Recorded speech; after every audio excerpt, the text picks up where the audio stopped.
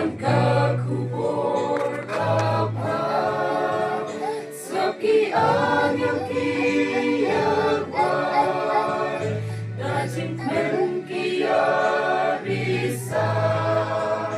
kubur batam kiwan ra bat kajing sukya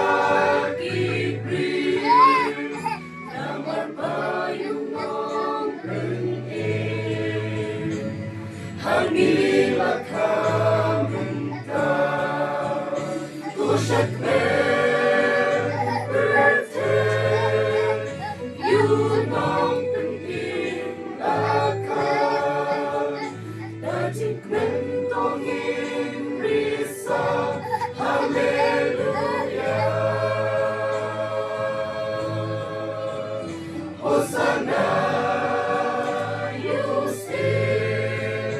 Jing suk lakamenta Tungin dem magin mane Yu Jesu Christu tra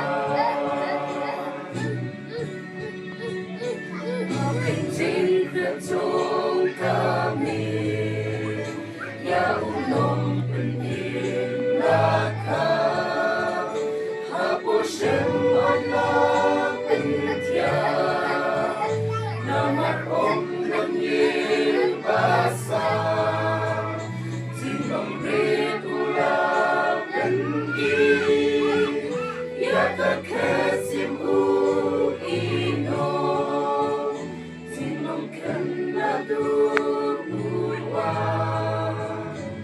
Syaberte hajim nondo Koshak